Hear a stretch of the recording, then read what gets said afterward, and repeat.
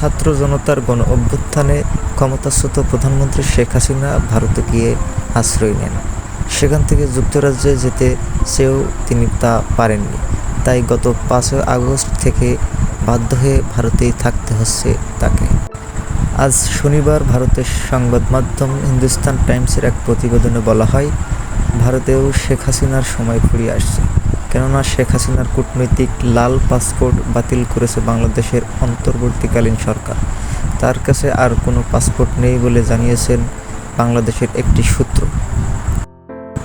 ভারতীয় ভিসা নীতির আওতায় কূটনৈতিক বা অফিসিয়াল পাসপোর্টধারী বাংলাদেশি নাগরিকরা ভিসা ছাড়াই সেখানে প্রবেশ করতে পারেন। এরপর তারা 45 দিন পর্যন্ত অবস্থান করতে পারেন।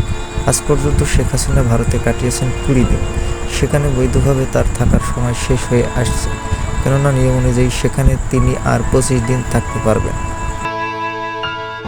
প্রতিবেদনে আরও বলা হয়, কূটনৈতিক পাসপোর্ট বাতিল হওয়ার ফলে বাংলাদেশে প্রত্যর্পণের ঝুঁকি তৈরি হতে পারে শেখ হাসিনা।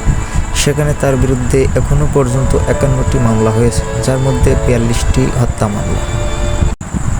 শেখ হাসিনার প্রত্যর্পণ বিষয়টি 2013 সালে বাংলাদেশ ভারতের মধ্যে হওয়া প্রত্যর্পণ চুক্তির মধ্যে পড়বে, যা 2016 সালে সংশোধন করা হয়।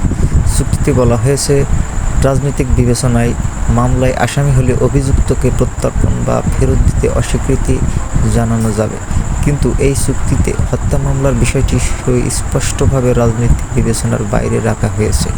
তবে মামলাটি ন্যায় বিচারের স্বার্থে হলেও দুই দেশের অভিযুক্তকে প্রত্যর্পণ করা থেকে বিরত থাকতে পারে বা অস্বীকৃতি জানাতে পারে। Times of popular Bangladesh.